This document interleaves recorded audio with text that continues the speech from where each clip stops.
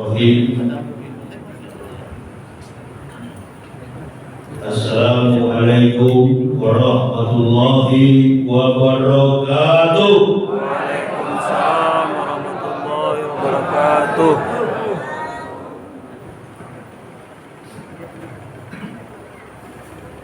Alhamdulillah. Alhamdulillahillazi arsalal uqula ila tauhid wa hadaha wa awdaha ila wahdaniyati wa jallaha wa abdullah bi warahil haq subhanal wajib wa baha wa sabata kalimatal imani kama sabata al-ardu bil jibali wa arsha. Asyhadu an la ilaha illallah wahdahu la syarika lah. Sahadatan arafa mana wa abila zuhirun wa batinan bimukadoha. Wa asyhadu anna sayyidina Muhammadan abduhu wa rasuluhu allazi la nabiyya ba'dahu. Allahumma shalli wa sallim ala imamil abrar wal muqarribin sayyidina wa maulana Muhammad wa ala alihi wa sahbihi al-ansar wal muhajir wa alaina ma'hu bi rahmatika ya arhamar rahimin. Ibu bapak, saudara-saudara rahimahullah yang kami hormati, Badan Kemakmuran Masjid Al-Munawwarah Kota Padang, Sumatera Barat.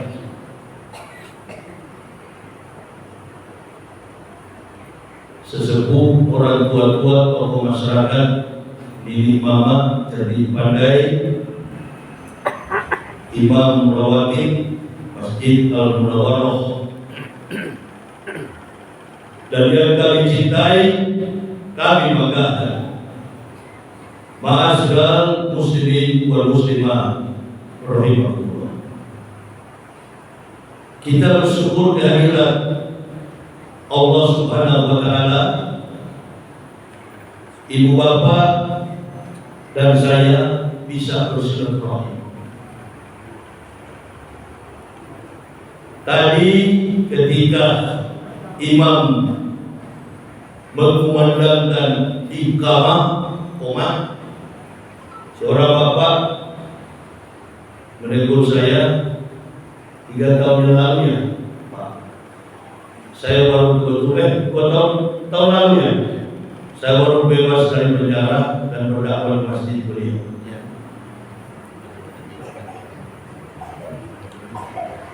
Lama sekali Allah masih berikan kita berdua silaturahmi umur panjang. Teringat saya ketika Imam Syafi'i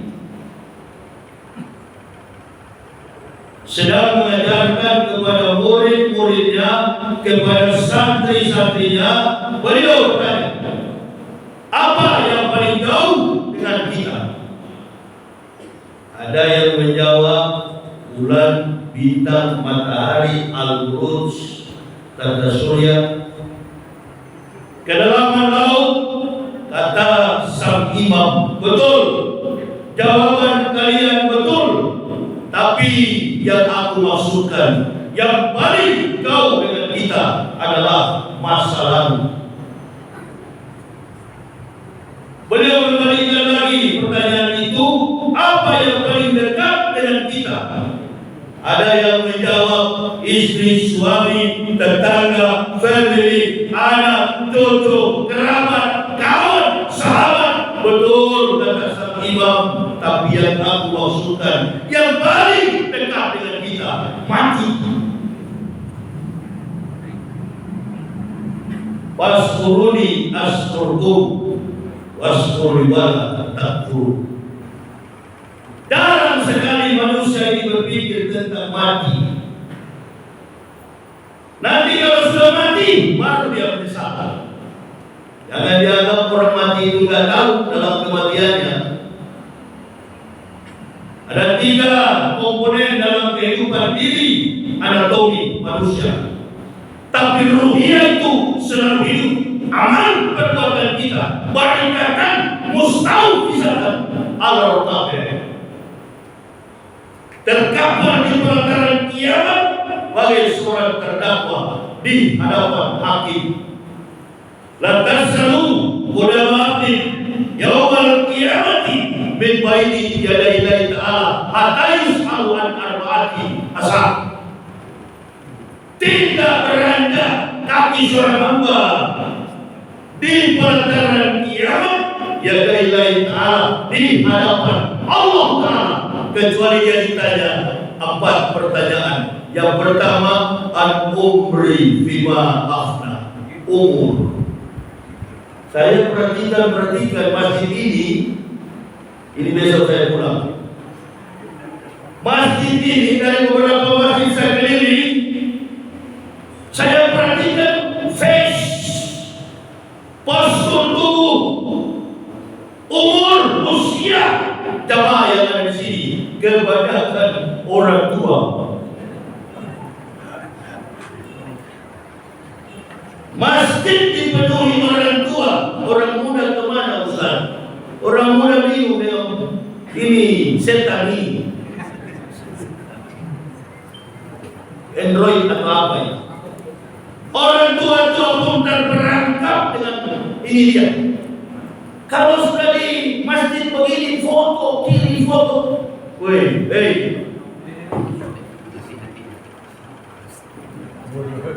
dari tadi kenapa kalian tidak? Ini kompleks militer, kenapa tidak disiplin? Saya paling anti sekali begitu. Makanya jangan dulu suruh saya ceramah. Kalau apa yang mau disibukkan dulu habis. Akibat kita tidak disiplin, orang kafir, orang munafik anggap Islam ini biasa-biasa. Karena kita sudah dipelajari, mereka sudah tahu. Gampang kalau mau palingkan orang Islam, butuh saya mereka, bayar mereka, kasih duit, insyaallah tak kabur mereka. Ini kondisi sekarang ini.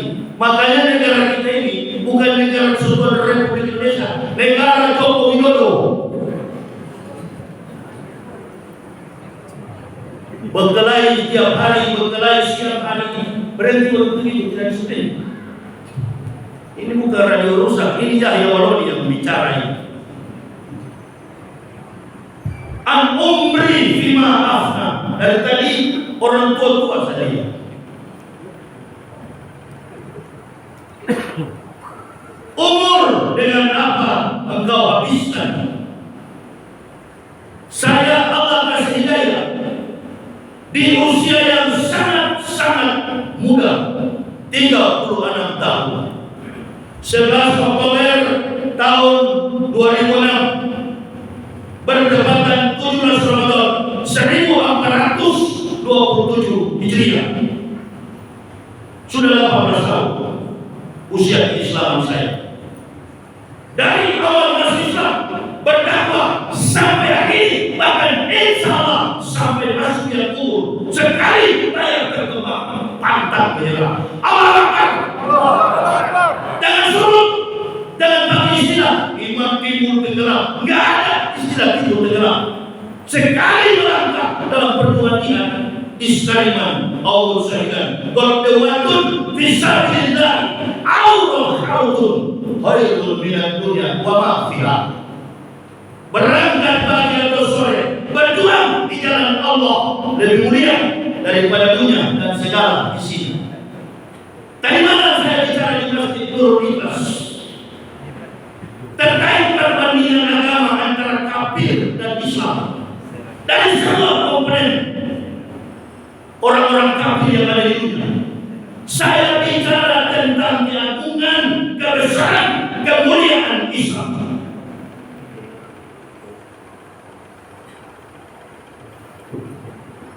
Saya tidak buang pernah dari kafir itu. Ibu bapak mau tahu, yang saya tidak pernah buang dari kafir adalah menghormati rumah Allah. Padahal di sana itu kumpulan kafir, dari pendetanya sampai jemaatnya ahli neraka. Tapi saya hormat untuk gereja itu dulu. Setelah saya diberi hidayah, diberi petunjuk, dan saya baru tahu ternyata Baitullah, rumah Allah itu adalah masjid. Masjid, rumah Allah yang dimasuki oleh para malaikat sampai kepada para nabi. Di langit yang ketujuh ada nama Masjid Baitul Ma'mur. Setiap hari dimasuki oleh 70.000 malaikat keluar masuk. Yang sudah masuk tak boleh masuk kembali. 70.000 setiap hari. Ketika Rasulullah SAW dimi'rajkan oleh Allah, bukan di Isra tetapi di Mi'raj. Tadi kan ada mukadimah saya baca, ya, wa asyhadu anna Muhammadan abduhu wa rasuluh. Ada Nabi ba'da, sesudah Rasul tak ada lagi Nabi, ya. Dia diangkat. Ada yang bertanya, Ustaz, peristiwa Isra dan Mi'raj itu dalam usia umur Nabi, apakah itu mimpi atau langsung dengan tubuh? Kalau Rasulullah hanya mimpi, tak mungkin sampai ke Sidratul Muntaha. Diangkat dengan tubuh beliau. Jam-jam beginilah pada Isra di rumah Ummu Hani. Ada yang tanya, ini peristiwa Isra Mi'raj ini betul atau tidak? Pendeta paling tahu peristiwa itu, karena belum ada Islam. Dari Baitul Maqdis, dari Masjidil Aqsa, Allah bawa Rasulullah, subhanalladzi asra bi 'abdihi laila minal masjidil haram ilal masjidil aqsa. Dari Makkah menuju ke Masjidil Aqsa 1.500 km, menempuh perjalanan dengan menunggangi pulau. Itu omong kosong, Ustaz. Omong kosong. Ini peristiwa bersejarah.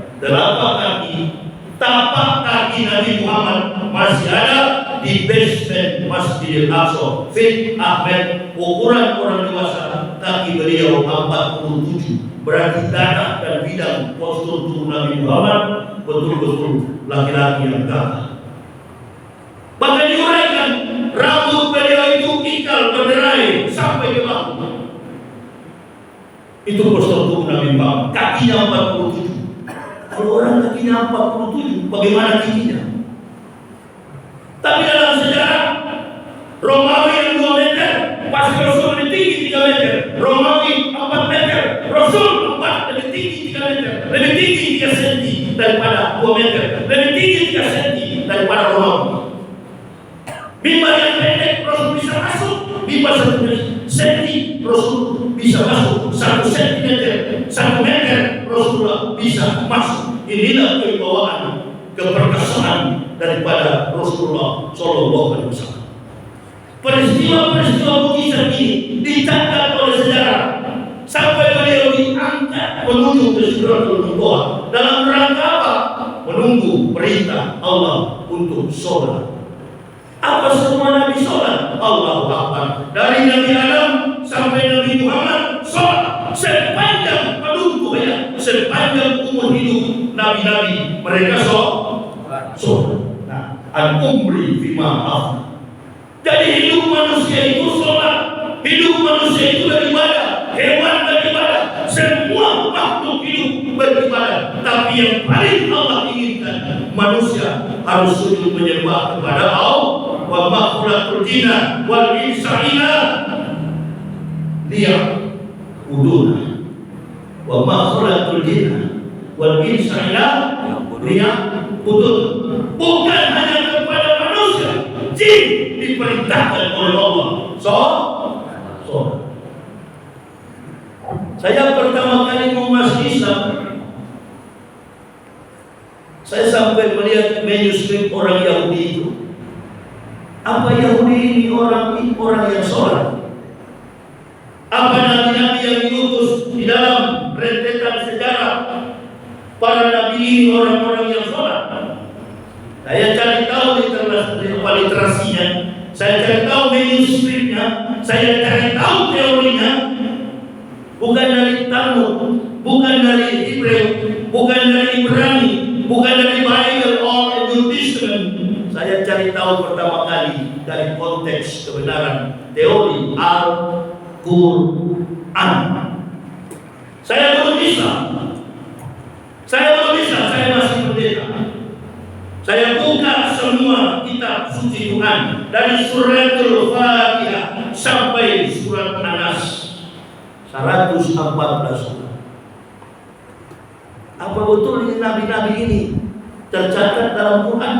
Karena di dalam Bible Kristen, di dalam kitab suci Kristen, Old and New Testament, perjanjian lama dan baru, tidak menjelaskan sistematik, teori, ajaran, syariat, dan pelaksanaan agama para nabi. Saya mau cari tahu di Islam ditulis nggak itu? Saya temukan. Qul amanu billah. Katakanlah kamu beriman kepada Allah. Wa ma ursila ila Ibrahim, dan apa yang diturunkan Allah kepada Ibrahim. Wa Ismail, dan kepada Ismail. Wa Ishaq, dan kepada Ishaq. Wa Yakub, dan kepada Yakub. Allah perintahkan, Qul amanu billah, berimanlah, katakan kami beriman kepada Allah dan apa yang diturunkan Allah kepada Ibrahim, wa Ismail, wa Ishaq, wa Yakub, wa Asbati, wa ma utiya Musa, wa Isa, wa ma utiya nabiyyun min rabbihim, la nufarriqu baina ahli minhum wa nahnu lahu muslimun. Sampai kepada muslim. Apa kata muslimun? Saya lihat dalam kamus Arabi. Muslimun itu apa artinya? Jangan ibu bapak bilang muslimun itu orang yang beriman. Yang beriman itu al-mu'min, mukmin. Al-muslimun, siapa muslimin ini? Adalah orang-orang yang berpasrah, orang-orang yang berserah. Itu orang-orang yang berserah diri. Wa ma utiya Musa, dan apa yang Allah turunkan kepada Musa. Ibu bapak tahu apa yang Allah berikan kepada Nabi Musa? Kitab apa yang Allah berikan? Tahu?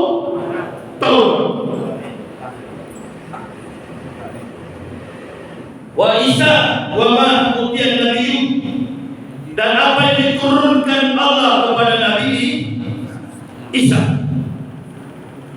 Jadi Allah turunkan Taurat kepada Musa, Allah juga turunkan Injil kepada Isa. Dua kitab ini yang menjadi pertikaian, yang menjadi perdebatan antara tiga agama besar di dunia. Agama Yahudi namanya Yudaisme, agama Kristen, dan agama yang terakhir agama Islam. Saya akan jelaskan terkait Taurat. Allah berikan kepada Musa di Bukit Tursina. Musa, ini Taurat berisikan 5 and 5 commandments. Diterjemahkan dua kitab di atas loh batu yang tebal berbentuk 10 perintah, the 10 commandments. 10 perintah bagi Bani Israel. Diberikan Taurat ini Musa, pegang Taurat ini, didik tuntun bangsa biadab Israel ini keluar dari negeri perbudakan Mesir. Bani Israel, kata Musa, dengarlah 10 perintah yang diturunkan Allah. Pertama-tama Yahudi dengar. Karena dia dalam keadaan siksa, dia menderita, dia dieksekusi mati, dia ditindas oleh oleh tangan berdarah Fir'aun. Karena sudah sisa, dia pura-pura tunduk kepada Musa. Inilah Yahudi punya kurang ajar. Karena sudah mau mati, sudah susah, tunduk dia. Begitu dia kenyang, dia bikin patung-patung berhala. Dia bangun patung-patung berhala. Dia tolak Musa. Musa tak mampu memimpin Bani Israel. Tanah yang dijanjikan Palestina itu tidak diberikan akhirnya kepada Bani Israel. Perjalanan 40 hari berubah menjadi 40 tahun. Terputar-putar dia dari Mesir di Gunung Sinai. Dia terputar-putar. Habis dari 12 suku berubah menjadi 2 suku. Makanya dalam Al-Quran dijelaskan, wal asfati wa ma utiya Musa wa Isa wa ma utiya Nabiyyun min rabbihim la nufarriqu baina ahadin minhum wa nahnu lahu muslimun. Saya buka kitab ini. Berarti Al-Quran ini cukup sistematis. Inilah kitab yang paling betul, inilah kitab yang paling benar. Mengapa saya katakan benar? Tidak mungkin Nabi Muhammad tahu, sementara rentang waktu umur Nabi Muhammad jauh dengan Nabi Musa 4.500 tahun, jauh dengan Nabi Isa 576 tahun. Isa dilahirkan 610 Masehi, Nabi Muhammad dilahirkan 20 April tahun 571. Berarti rentang waktu antara Isa dan Muhammad 576. Dari mana Nabi Muhammad tahu berita ini? Siapa yang menyampaikan kepada Nabi Muhammad? Adakah dialog antara Nabi Muhammad dan Nabi Isa di rumah makan Takanajuo? Hanya orang pintar, cerdas yang meneliti laqad arsalna ayatin mubayyinatin wallahu yahdi ma yasha'u ila siratin mustaqim. Barulah Allah berikan petunjuk. Ini asli betul-betul hidayah. Jadi ibu bapak, saya nggak pernah ada orang Islam yang meyakinkan sama saya, Pak Yahya, kamu kalau tidak masuk Islam, kamu masuk neraka. Allah Akbar ya Karim. Saya dulu kali dan tuanya kafir saya. Saya juga mengajarkan dulu orang Kristen masuk surga. Dan kiai-kiai, ustaz-ustaz juga setuju. Iya, kita sama-sama masuk surga. Cuma jalannya beda. Kristen pakai angkot, Islam pakai bus. Ini nih munafik-munafik yang dari Muslim juga munafik, panjile, takui. Ini nih yang sekali lagi Muslim di zaman Presiden Joko Widodo ini. Panjilan. Ya, ini. Jadi umat jadi bingung. Mana yang betul ini? Mana ajaran yang benar? Ajaran yang betul adalah ajaran Islam. Ajaran Kristen kafir. Siapa yang bilang? Bukan saya bilang. Al-Quran yang mengajarkan saya, bukan orang Islam. Laqad kafara allazina qalu inna Allaha masihun Maryam. Kafirlah orang yang mengatakan Isa anak Maryam adalah Tuhan selain Allah. Jadi waktu saya buka-buka Quran itu, jari tangan saya ini seperti diberi petunjuk. Buka di sini, buka di Maryam, buka di Isa, buka di Al-Quran. Tunggu saya minum dulu. Ya, nanti kalau ada yang lebih pintar dari saya, dulu di sini. Silakan Pak. Silakan Pak. Gampang sekali ceramah ini. Silakan. Ganti dulu. Ganti dulu Pak.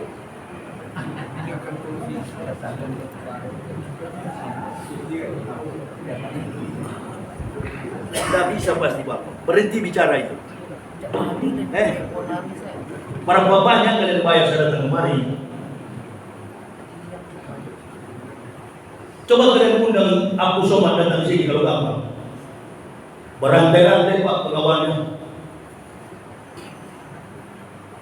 Kita ini murah, tapi tidak murah karena kita berilmu. Islam akan ditakuti kalau penghuninya berisi kepala. Jangan pandai ente. Saya bukan mualaf. Mualaf itu orang yang masuk Islam karena mau kawin. Mualaf itu orang yang masuk Islam karena susah. Saya nggak susah benar. Saya dijamin oleh kafir dulu. Bahkan saya cerita masjidnya kemarin, saya turun di bandara, ketemu Frankie teman sekolah saya di bandara Halim Perdana Kusuma, menangis istrinya. Walaupun dia agama Kristen, kami berteman baik. Sudah hampir 35 tahun tidak jumpa. Begitu kami jumpa, istrinya lihat sama saya. Saya bilang, oh kalian berdua tetap jadi suami istri ya? Dulu kalian pacaran waktu di SMA. Awet betul pacaran kalian. Dia hormati saya, tapi dia butuh saya. Kalau boleh Pak Ustaz, baliklah ke Manado. Bapak belum tua, gereja masih butuh Pak. Oh jangan Pak, jangan main-main. Di sana itu kalau cuma bicara finansial, tidak ada kelas. Kalau mau suka gaya itu Bapak, malam ini mutan, insya Allah besok ada Lamborghini. Apalagi kalau yang mutan itu Buya, oh Bapak. Itu Yusuf Rodi sana, yang di orang Palembang itu, dijamin betul oleh gereja. Kami keluar dari situ, kami cari Islam. Tapi satu yang kami pertahankan, harganya. Walaupun cuma satu biji hadis di mulut saya, firman Allah, saya tidak main-main dengan agama. Bukan radio pun rusak yang dicari. Supaya ibu Bapak tahu apa rahasia Taurat, apa rahasia Injil, bagaimana Nabi Muhammad datang, dan apa yang disampaikan Isa terkait Islam ini, sehingga saya masuk Islam. Kalau diganggu-ganggu, saya punya disiplin dari saya dosen begini memang. Sampai mahasiswa paham, sampai jemaah paham, baru saya pulang. Nggak akan makan di sini saya, langsung pulang saya. Saya orang yang begitu, habis ceramah go, nggak pernah tunggu. Ini bapaknya. Al-Baqarah ini menjelaskan manusia di dunia ini harus beriman kepada kepada rangkaian silsilah kita para nabi. Apakah Nabi Muhammad pernah jumpa dengan Ibrahim? Enggak. Apakah Nabi Muhammad pernah jumpa dengan Nabi Daud, dengan Musa, dengan Nabi Isa? Jauh jarak waktunya. Begitu jauh, sejarah tak mungkin mempertemukan sosok Nabi Muhammad dengan Nabi sebelum beliau. Kok bagaimana sampai Nabi Muhammad tahu? Ada suhuf, ada Zabur, ada Taurat, ada Injil tertulis dalam Al-Quran. Makanya sejarawan Amerika, Eropa, para saintifik, orang yang mengkaji Islam, mengkaji Kristen, mengkaji Judaisme, mereka semua kembali kepada fitrah. Bahkan astronom yang pernah ke bulan, mereka kembali. Seorang astronom ternama 2013, ketika Paus, bukan Paulus ya, Paus itu pemimpin tertinggi gereja di dunia. Itu Dajjal nanti akan turun. Paus ini adalah pemimpin tertinggi Katolik di dunia, di Roma, namanya Benedictus. Benedictus 2003 balik di Masjid The Blue Mosque, Masjid Biru Turki, mengucapkan, I witness that is the God but Allah and Prophet Muhammad is the messengers of Allah. Asyhadu an la ilaha illallah wa asyhadu anna Muhammadar Rasulullah. Benedictus, pemimpin Katolik tertinggi di Roma, masuk tahun 2003 balik. Apa namanya sekarang ada dalam sejarah? Apa itu? Begitu dia masuk Islam, kemana dia sekarang? Wallahu a'lam bishawab. Semua pemimpin gereja-gereja tertinggi begitu masuk Islam, dia diam di Eropa, besok hilang. Pasti hilang. Asalkan dia pastor, pendeta, hilang. Saya alhamdulillah atas pertolongan Allah saya menghindar dan lari ke Jakarta.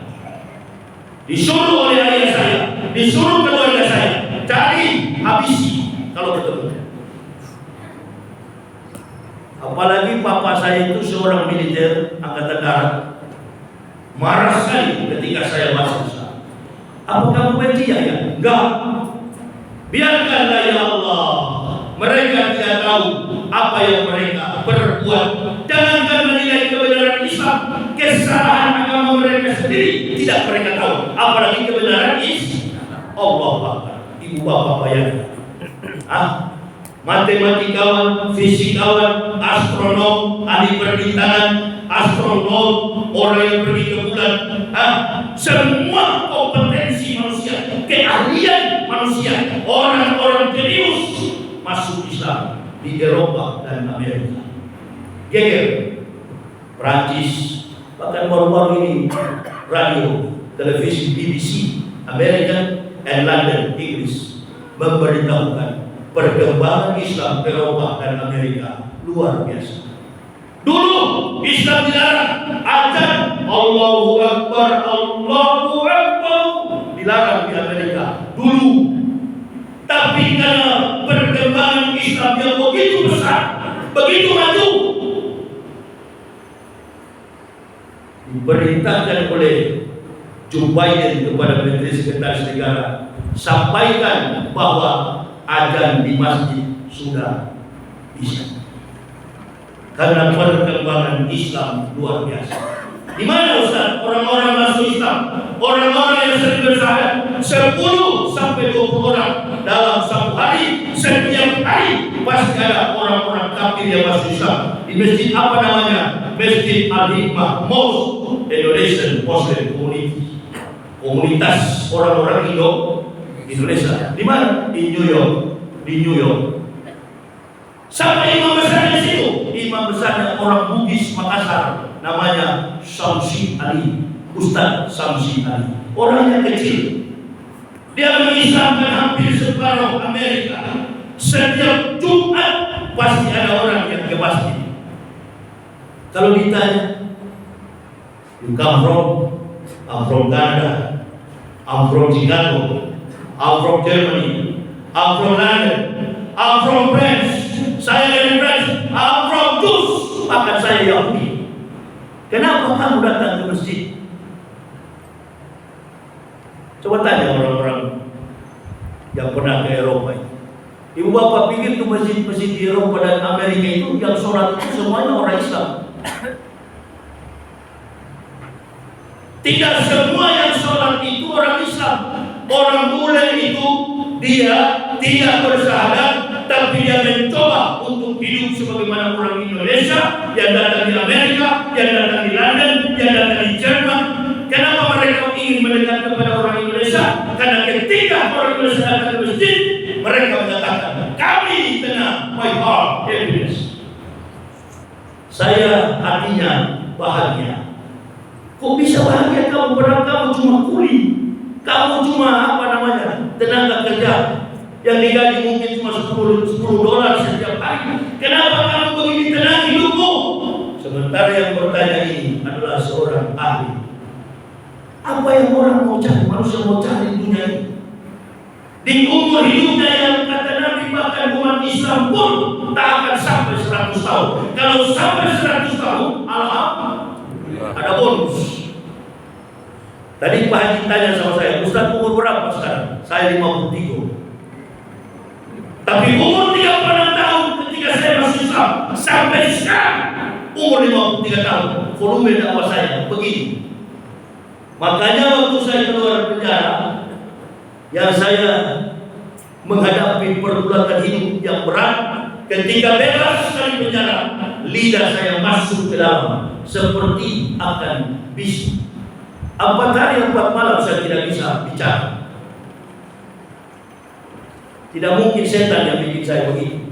Orang, tapi otaknya otak setan. Sampai ada kawan saya meninggal di dalam penjara, Ustadz Maher Al-Walidi. Jadi Ustadz ini cuma dua jalannya. Kalau bukan penjara, mati. Kalau mau jadi Ustadz begitu. Asal Ustadz dijadikan sebagai panggilan jiwa. Bukan Ustadz dijadikan sebagai job. Kalau jadi job, ya sama dengan contohnya yang di Jakarta itu, Ma'ruf Amin. Ya sudah, jangan ketawa, itu betul. Karena dia baru menyesal. Dia baru menyesal sekarang. Mau kembali ke ulama lagi. Biar kau tidak kembali. Ma'ruf. Banyak ini ustaz-ustaz muda yang jago-jago yang berani. Tak perlu kau kembali. Karena apa? Karena dia sudah sadar. Sebenarnya ulama itu menertibkan dunia. Kiwamu dunia bi arba'ati asab. Kiwamu dunia bi arba'ati asab. Tertib dunia ini, tenang dunia ini bergantung pada 4 orang. Yang pertama, bi ilmi ulama'i, ilmu para ulama. Kenapa kau ulama kau gabung dengan Jokowi dan Wapres? Ulama yang kata ulama jangan mondar-mandir. Ini ada musim apa ini sekarang? Kampanye ya? Nah, ini ustaz-ustaz buya-buya banyak yang ikut-ikut di Padang ini. Ikut-ikut apa itu? Jadi caleg-caleg. Tadi kan sudah diumumkan oleh panitia masjid yang memperkasai, yang memfasilitasi saya datang di kota Padang ini adalah Kapten Purnawirawan Doni Lukman dan Juna Januari Sungka. Itu 2 orang itu yang perkasai saya datang di apa ini? Kota Padang. Ada maksud apa Ustaz? Karena mereka ini adalah caleg, bukan buya di 2 orang ini. Satu bekas tentara, pangkat pensiunan apa kapten. Kemarin saya suruh ngomong dengan kakak kandung saya. Kakak kandung itu kakak saya dan Ramil di Sangir Talau. Ini dong, sama-sama kalian satu pangkat, bicara dengan kakak saya. Jadi saya ini anak tentara dari bapak saya perwira seksi 1 Korem Santiago. Tak tinggal di asrama tentara begini. Saya anak paling nakal suka berkelahi. Tapi otak saya selalu luar yang nakal. Bukan nakal pencuri barang orang, tidak ada itu. Kalau ketahuan, bapak saya bilang kalau mau kelahi bagus sih. Kalau pun dia besar kalah, ambil batu lempar.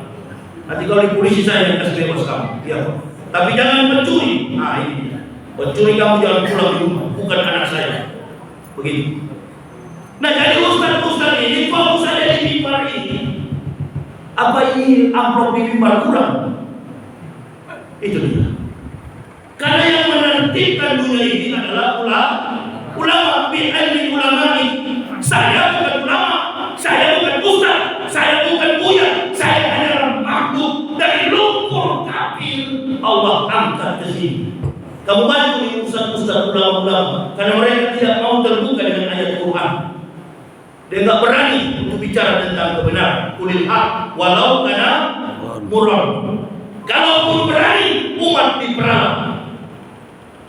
Demi Allah yang jiwa saya ini sudah tunduk hanya kepada Allah. Kapan pernah saya suruh umat Islam bela? Sampai di dalam penjara saya tolak semua pengacara. Polisi pun menawarkan pengacara, saya tolak. Kejaksaan Agung saya tolak.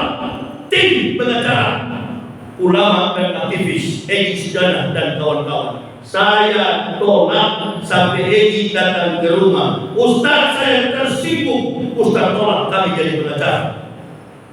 Mohon maaf, sejak saya masuk Islam, jiwa dan raga saya disandarkan hanya kepada Allah. Hidup dan mati saya biarkan Allah yang siksa saya. Allah juga yang bebaskan saya. Kalau Allah masukkan saya ke penjara, insya Allah waktu yang dekat atau waktu yang lama Allah juga yang akan bebaskan. Luar biasa Ustaz.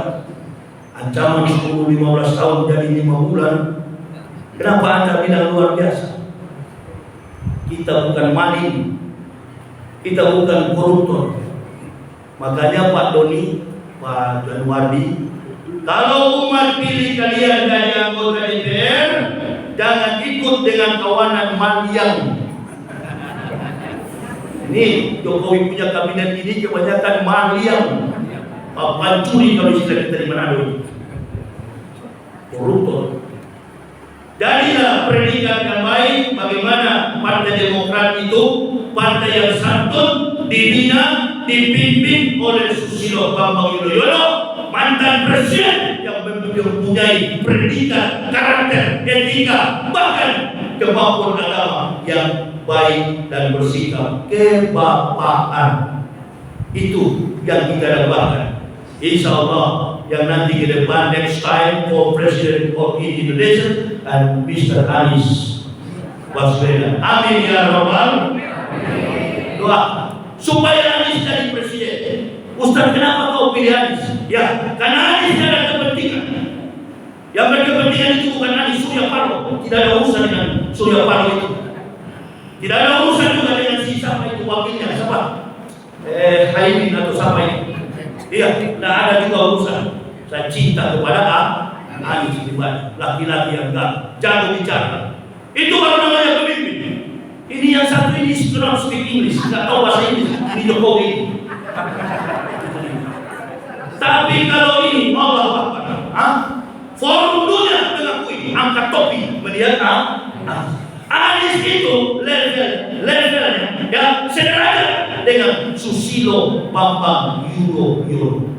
Saya punya buku judulnya Munafik. Saya tulis dalam tahun 2019 tentang Anies Baswedan next time Presiden for Indonesia tahun 2023. Belum jadi presiden, belum berkampanye, saya sudah tulis tentang Anies dan Susilo Bambang Yudhoyono dalam predikat sebagai seorang leader pemimpin ke depan. Next time Anies dan Susilo Bambang Yudhoyono punya kemampuan orasi yang baik, tutur kata yang baik, santun dan beradab. Falsafah negara kita santun dan beradab. Orang hina SBY tak pernah lapor. Orang hina Anies cuma senyum. Dua-dua gagah, postur tubuhnya gagah, senyumnya ganteng. Itu baru namanya pemimpin. Ini satu sudah begini, satu sudah tersinggung yang tua-tua ini. Aku sudah payah bodi sudah. Satu lemah ini. Carilah pemimpin yang masih gagah seperti saya ini lah. Ada yang panas-panasi kawan dari Medan. Insya Allah Ustaz nanti jadi menteri agama. Hei, kamu punya otak setan. Kamu kira saya suka-suka jadi pejabat? Saya pertama masuk Islam baru 3 hari diundang menteri agama datang ke Jakarta. Menteri agama pada waktu itu Mahtu Basuri. Menteri agama Mahtu Basuri undang saya ke Jakarta. Umur berapa sekarang bayar? 36 tahun. Bapak mau kan dari PTS perguruan tinggi swasta pindah ke negeri. Bapak jadi pegawai Depak. Mohon maaf Pak Menteri, kalau mau jadi pegawai rugi gajinya kecil, di sana lebih besar. Kalau saya mau jadi pegawai ngapain masuk Islam? Secara finansial saya lebih besar di sana daripada sekarang mau jadi pejabat. Tidak. Saya mau jadi pendakwah, akan keliling di Indonesia sampai masuk ke liang kubur saya akan jadi ustaz. Keliling di Indonesia. Cocoklah. Dari dulu pendeta Kristen, ustaz Kristen, sekarang jadi ustaz Islam. Itu. Nggak usah lari-lari ke partai politik. Ini kok segala macam ustaz pakai sorban lagi, pakai kopiah di mana-mana. Baru pakai Quran punya ayat. Kenapa ini amplop kurang atau bagaimana ini? Ya, biarkan Pak Doni Monardo dengan hampir sebelah Doni Monardo. Almarhum itu kawan saya, Kopassus yang baru meninggal. Legend Doni Monardo, Kopassus dia. Beliau itu Kopassus baru meninggal, orang Perangkawa. Ya, kalau ini Pak Doni namanya Kapten Purnawirawan Doni Lukman. Ini dia. Ibu bapak sebagai orang-orang tinggal di komplek begini, pilih beliau. Januari Suka ini adalah lawyers, pengacara, sarjana hukum, medis dan hukum. Jadi dua orang ini minta bagaimana Buya datang kasih tahu. Ada yang protes, Ustaz, itu dia mau kerahkan bukan dukung Anies. Tidak ada urusan dengan presiden dan partai politik. Ini partai politik, orang-orang partai politik, aku belum tahu sifat mereka. Itu partai politik ibarat perahu, kalau dia bocor bisa lompat ke perahu yang belum bocor. Kalau Anies menjadi presiden, 1000% saya percaya, insya Allah Demokrat, Golkar, PAN, Gerindra akan gabung dengan Anies. Amin ya Rabbal alamin. Sebaliknya kita ini berdoa Anies. Kalau andaikan Prabowo takdirkan, jadikan oleh Allah presiden, apa itu? Dulu kan kita dukung Prabowo. Kalah atau menang? Menang. Tapi yang dilantik Jokowi. Sekarang analisis kita itu, keinginan kita adalah kalau Allah tentukan Prabowo gemoy, bagaimana? Kalau gemoy jadi presiden, antum mau tidak? Tidak bisa kita bantah. Kita berkeinginan, tapi Allah yang berkehendak, yang memutuskan siapa jadi presiden Indonesia ke depan. Tapi kita minta, ya Allah, kalau boleh kali ini presidennya adalah insya Allah. Nikah kabur kalau jadi. Kemarin kalau tidak bisa dengan Agus Yudhoyono, dua-dua kakak sekali. Iya kan? Tapi apalah artinya perkawinan dibatalkan di tengah jalan. Untunglah belum tukar cincin. Kalau sudah tukar cincin, Allah, belum tunangan. Padahal gagasan Agus orangnya masih muda, bekas tentara. Ini tentara perlu diaktifkan. Saya bicara beberapa menit, ada sekitar 17 menit, 18 detik. Saya bicara dengan saudara Kapten Purnawirawan Doni Lukman. Saya bicara dengan beliau ini ahli tentang jihad, penjinak, bahan peledak termasuk bom, detonator, dinamit dan lain sebagainya, granat, semua bahan peledak. Saya dikuliahkan oleh beliau. Jadi Ustaz, kalau bom yang dari militer itu, bom dari tentara itu, militer di dunia, sampai bomnya Amerika, bomnya Eropa, bomnya Asia, Afrika, beliau jelaskan. Kalau diledakkan hitam, Ustaz, itu bom dari TNI, itu bom dari militer. Tapi kalau asapnya putih biru, itu bom-bom yang dipakai oleh swasta. Menghancurkan batu, dinamit dan lain sebagainya. Dapat ilmu 17 menit, 2 satuan kredit semester dikasih sama saya.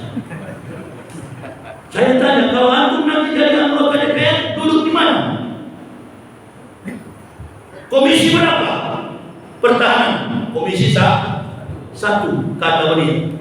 Makanya didoakan ibu bapak. Ada orang Sumatera Utara yang diangkat ke pusat. Kalau Pak Jeti ini kan Pak Januari di provinsi. Untuk di provinsi Sumatera Barat. Doakan juga agar diberikan Allah kedudukan yang sebaik-baiknya sebagai seorang pejabat. Begitu jadi pejabat, jadi anggota legislator, bantu umat masyarakat ini. Amin ya Rabbal. Jangan nanti perlu datang ke masjid pakai kopiah. Setelah sudah lulus, sudah jadi, lupa dengan jamaah. Ini mesti dijadikan pelajaran. Ini Jokowi ini kalau jatuh, Allah Akbar. Nanti kita lihat, ini barang ini belum selesai. Allah itu jago sekali mempermainkan manusia. Dikasihnya nurul kamu dulu, diangkat kamu dulu, sampai puncak yang paling tinggi, mau patah, roboh yang minta ampun sakit. Jadi keadaan ini sebenarnya keluarga ini hanya membawa tempat yang lebih tinggi untuk mereka, dibuang kembali oleh Allah. Mari kita lihat. Dan inilah doa para ulama, mendoakan hancurkan sehancur-hancurnya. Termasuk doa Habib Rizik, kami satu penjara di Bareskrim, di bawah tanah. Kami disimpan penjaranya di bawah tanah. Nah, pernah kami lihat matahari. Ini cuma tinggi begini penjara itu, seperti masjid. Di bawah tanah, tak pernah lihat siang jam berapa sekarang, mana matahari tertutup. Apabila lampu mati, kipas angin mati, fan, dan bisa bernapas kami semua. Bagaimana tubuh mau sehat? Disimpan kami di bawah tanah supaya kapok katanya. Bukan kapok, lebih keras kami, bukan tambah kapok. Apalagi saya ini bekas anak tentara menghindar takut. Dan tidak ada pakai lari.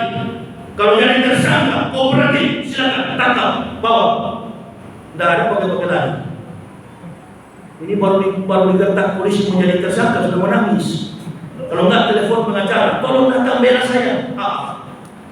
Tapi kalau ceramah berapi-api, maju demi Allah, Rasulullah lagi. Baru datangi polisi menangis. Ayah ditangkap, bini saja saya. Pak, anak-anak masih kecil, hei diam. Bukan kamu yang pikirkan hidup kita. Allah.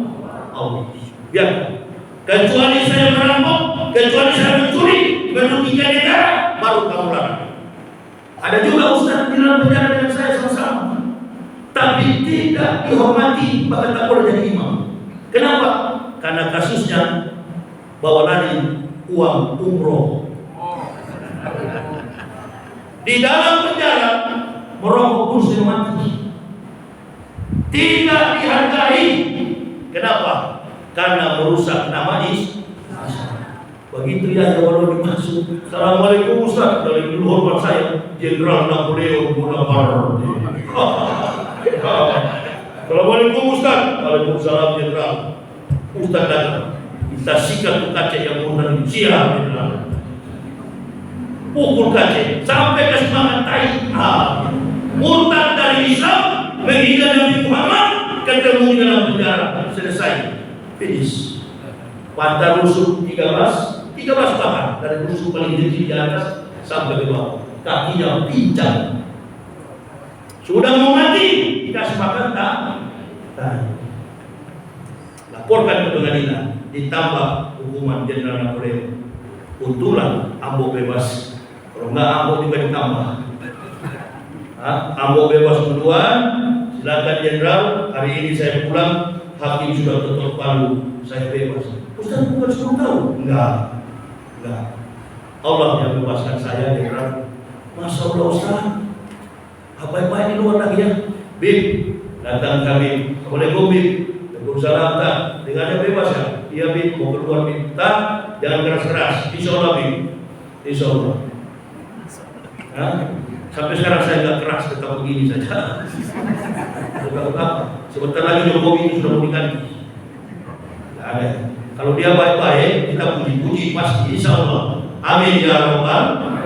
Jadi ibu bapak kita tetap tenang. Biar saja. Kalau Anies jadi presiden, alhamdulillah. Bagaimana Ustaz Prabowo? Alhamdulillah. Ganjar Ustaz. Dulu lah, kalau itu kita pikir dulu lah. Ya, ABG asal bukan kan. Kalian dulu ya. Ini bermain air basah, bermain api betul. Nila setinggi, merusak susu sebelah. Satu orang yang bikin begini, Megawati. Semua yang kena. Inilah hukuman Allah. Yang tadinya berteman, pisah. Mereka terlalu banyak mendustai para ulama. Wahab bin lisan berbohong kepada ulama. Hati-hati Bapak. Jangankan kepada ulama, kepada orang kafir kita tipu, kita bohongi. Insya Allah bukan seperti cabai dipencet, dimakan langsung pedas. Bukan. Pelan-pelan dia datang. Nanti kita lihat. Hati-hati. Lebih baik ibu bapak, kalau ada sesuatu yang membuatmu berbohonglah, terus teranglah. Sebagai laki-laki gentleman atau istilah polisi kooperatif, mengaku saja. Saya ditanya oleh hakim yang periksa saya, namanya Wahyu Imam Santoso, hakim yang paling keras, hakim yang paling kritis di Pengadilan Jakarta Selatan yang periksa Sambo dan kawan-kawan. Namanya Wahyu Imam Santoso. Dia tanya sama saya, betul Pak Yahya mengatakan kitab Kristen palsu?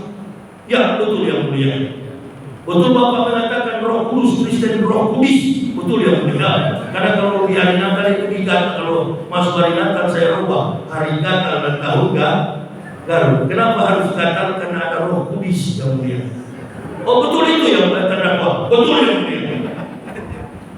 Betul terdakwa mengatakan kitab Kristen itu Matius, Markus, Lukas, Stefanus, Spiritus, Tacitus. Betul semua yang mulia. Bahkan masih banyak lagi yang mulia. Betul juga terdakwa mengatakan jangan tangkap Abdul Somad, tangkap Yahya Walodi. Oh, satu Indonesia tahu itu yang mulia. Apalagi yang mulia? Atau saya bantu? Mana handphone yang mulia? Saya buka lagi. Diam, kamu terdakwa. Cuma Cuma itu yang saya minta sesuai BAP. BAP-nya seperti tisu tebal. Pelanggaran apa Ambo buat ini? Jadi terdakwa, mana pengacara terdakwa, PH terdakwa, pengacara hukum? Saya bilang saya nggak pakai pengacara yang mulia.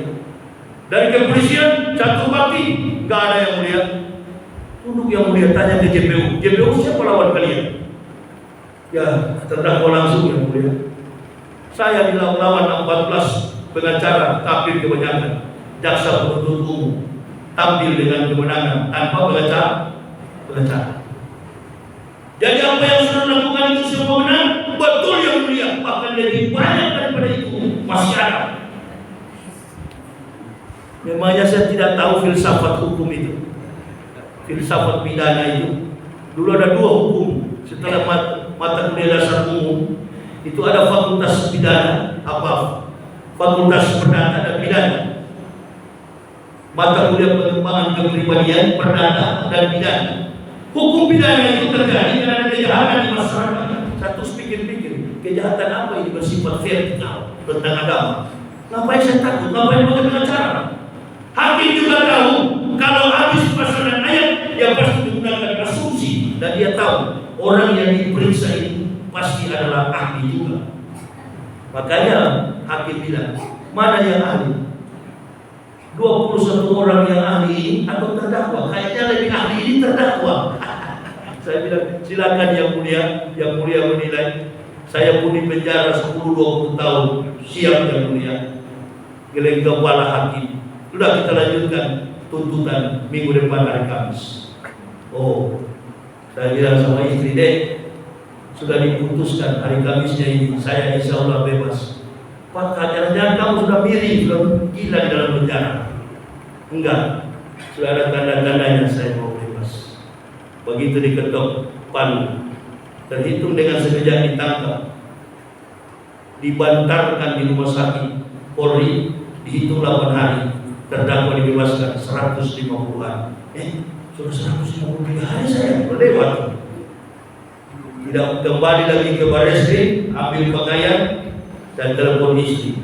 Saya sudah bebas kawan, jemput. Ibu sudah gila kamu ini, masa sudah bebas? Jemput, sekarang saya di depan Barreskrim, sudah bebas. Ambil saya. Jemput istri, pulang ke rumah, sudah tidak bisa berbicara. Bebas. Bahkan ada selentingan yang bilang, kuat sekali visinya, masih juga hidup ya. Berapa banyak kiai di Jawa habis karena pilpres yang tahun-tahun kemarin ini. Ibu bapak periksa di Majelis Ulama Indonesia berapa ribu kiai mati. Coba. Kalau ibu mau tahu, bapak mau tahu bagaimana perjalanan ancaman kami berdakwah ini. Cuma saya memang dasar kepala batu, tak pernah berubah saya. Ya, tak pernah masuk ekor saya ini.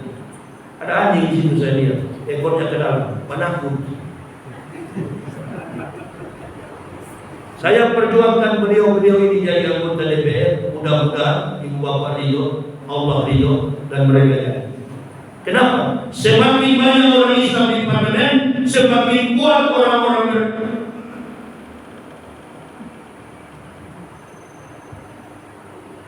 yang setuju dengan komentar-komentar para ulama tentang kebaikan. Semakin banyak akan menolong kemajuan agama.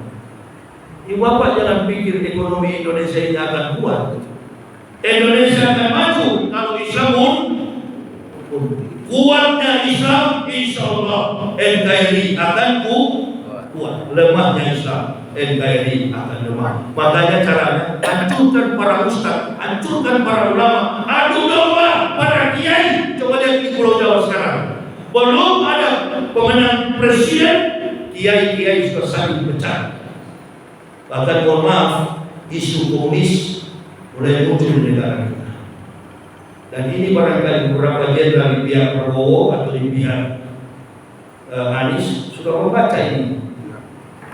Siapa-siapa ini orang-orang yang terlibat. Kebetulan ayah saya bukan periksa PKI di Manado, bos kami PKI, orang-orang yang tidak suka dengan Dengan Kristen Ustaz? Enggak lah, dengan Kristen enggak terlalu dia.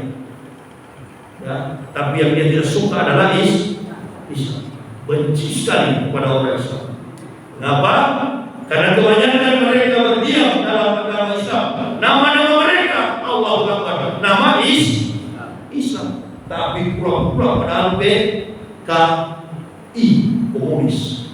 Inilah yang kami lawan kemarin. Ibu bapak mau pikir saya ini cuma satu kali dikeroyok, Allahu Akbar ya. Sampai anak laskar FPI mati di kilometer 50 itu. Sebelumnya saya keluar ke Lamongan sana, Jawa Timur. Lebih dulu dihajar saya. Satu keluarga kami, karena saya tak pernah ada pengawal. Tapi saya dan seribu saya. Yang hajar saya ternyata tidak bisa bela diri. 3-3 tumbang saya rimas. Coba. Makanya mereka bilang di Indonesia, jangan ganggu tuh Ustaz. Boleh ganggu saya, tapi pakai itulah. Pakai apa namanya, jarak jauh. Kalau memang izin Allah, mati saya. Tapi kalau tidak izin Allah, hanya bagi yang robek. Insyaallah. Pernah terjadi itu Ustaz. Wallahu bi kulli syai'in alim. Hanya Allah yang tahu. Kita ini sudah keliling ke mana-mana, Pak. Makanya kita carilah perubahan, robah negara ini, dan orang-orang yang berjalan atas negara ini, insyaallah satu persatu akan tumpah. Tidak usah curiga antara 3 presiden ini, karena semuanya orang-orang baik. Anies orang yang pintar, Prabowo mantan jenderal, Ganjar Pranowo ini juga mantan aktivis. Ya, bukan mereka ini pemuda-pemuda ini generasi calon presiden yang terbaik. Tapi yang paling kita cari adalah lebih daripada yang terbaik. Insyaallah kalau ini Anies jadi presiden, bukan karena Surya Paloh, bukan karena itu partai-partai semua itu enggak. Ini semua karena nikmat Allah.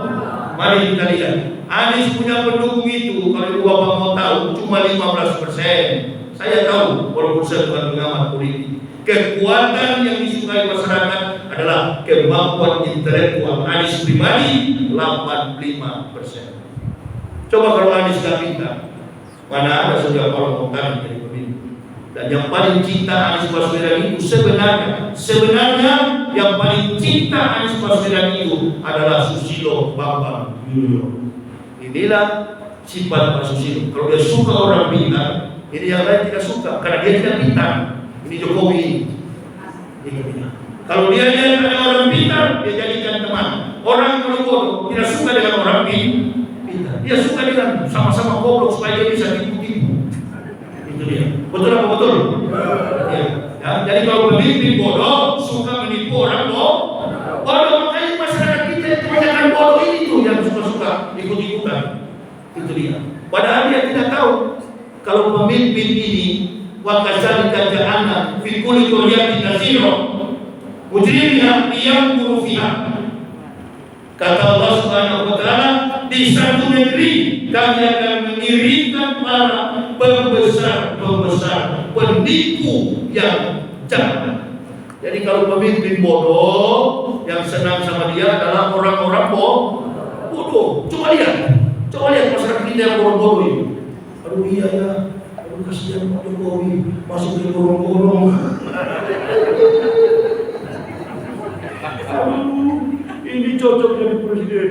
10 tahun menangis aku. Menangislah terlihat kau. Menangis. Jokowi masuk ke batik di gorong-gorong. Kata Nabi apa itu? Kata Nabi apa? Orang kampung karena bodoh. Kalau dari Ustaz, terangkan kepada orang-orang kampung. Jangan biarkan dia bodoh terus. Terangkan kepada mereka. Ya, ini juga anak kecil dan wakil presiden. Ini Gibran ini. Allah Akbar. Sebenarnya kalau Prabowo pasang lebih tua sedikit dari Thohir atau ketua Golkar Ahmad Sehat. Ini jadi gak sehat ketika ini Ingusan ini masuk. Anak Ingusan ini siapa? Gibran, anak Jokowi. Ini dia. Orang beranalisa nanti Ustaz bagaimana kalau Gibran kedua Prabowo meninggal dunia. Insya Allah tidak sebodoh itu. Pak Prabowo itu mantan jenderal Baret Merah. Kita doakan saja Pak Anies, Pak Prabowo, Pak Ganjar, mudah-mudahan berkarun sehat. Kalau nggak salah ini malam ada debatnya. Iya, tanggal 21 malam ini ada debat. Ada debat. Nanti kita lihat di YouTube, dilihat di apa ini, di handphone. Ya, mudah-mudahan debat malam ini membawa kesan yang baik. Intinya yang penting Jokowi cepat turun dari Indonesia. Amin ya Rabbal. Itu Bapak, ini saja yang saya mau sampaikan. Bertahan dalam umur hidup kita, apalagi banyak orang tua semua ini. Orang tua ini kaki kanannya sudah dilihat lah. Ya, termasuk saya juga sudah tua ini, sudah 53. Ya, saya minta kepada Allah, biarlah kulit saya habis, tenaga saya habis, tapi jaga suara saya ya Allah. Biarkan saya terus berdakwah sampai masuk ke dia. Amin ya Rabbal. Jadi sekali lagi ini Pak Doni Purnawirawan, Doni Lukman dan siapa Junadar Warni Sungka ini, mereka ini adalah calon-calon anggota DPR. Pak Doni ini terutama untuk caleg RI. Ini kalian orang-orang mantan pensiunan, sampaikan orang-orang yang ada di Kota Padang. Usung Pak Doni Lukman ini, otak dan pintar, masih muda dan bisa ditaruh di komisi sana. Saya kira ini Bapak ya. Saya mau pulang, persiapan pulang besok pagi, insya Allah.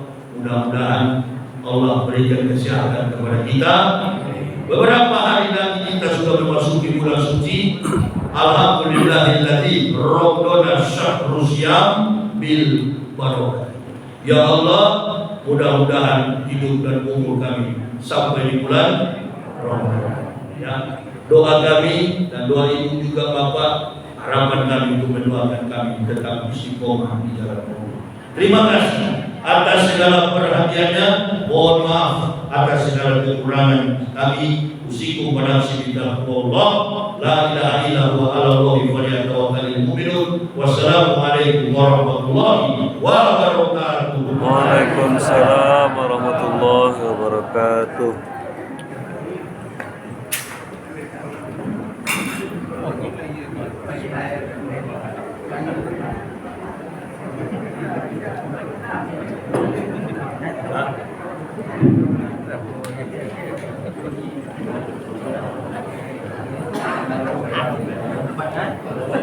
Terima kasih banyak diucapkan kepada Bapak Ustaz Jamal ini telah memberikan dukungan kepada kita semua. Semoga kita mengambil berkah. Pada maaf dari kami semua pengurus acara doa. Wabillahi taufiq wal hidayah. Wassalamualaikum warahmatullahi wabarakatuh. Waalaikumsalam.